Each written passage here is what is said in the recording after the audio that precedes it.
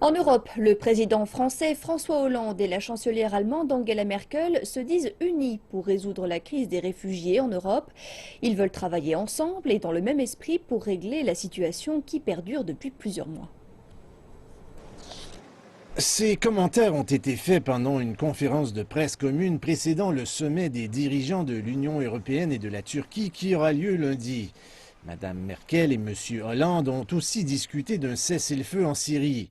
Ils estiment que cela pourrait donner l'occasion d'accélérer les discussions favorisant une transition politique dans le pays déchiré par la guerre. Le président Hollande a aussi annoncé que la France fournira un navire aux forces de l'OTAN déployées en mer Égée, entre la Turquie et la Grèce, pour aider les contrôles aux frontières de l'Europe. Et nous avons donc décidé, tous les participants, de coordonner nos initiatives, nos efforts, pour apporter, notamment à Alep, mais pas seulement à Alep, les soutiens et les aides indispensables.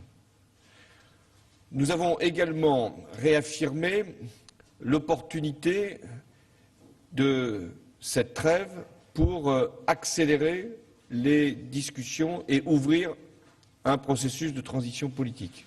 Nous avons notamment l'OTAN qui a décidé de mettre ses bateaux entre la Grèce et la Turquie sur la mer Égée. Et d'ailleurs, j'annonce que la France mettra un bateau à la disposition de cette force pour assurer ce contrôle. La France et l'Allemagne travaillent dans le même esprit, avec la même volonté.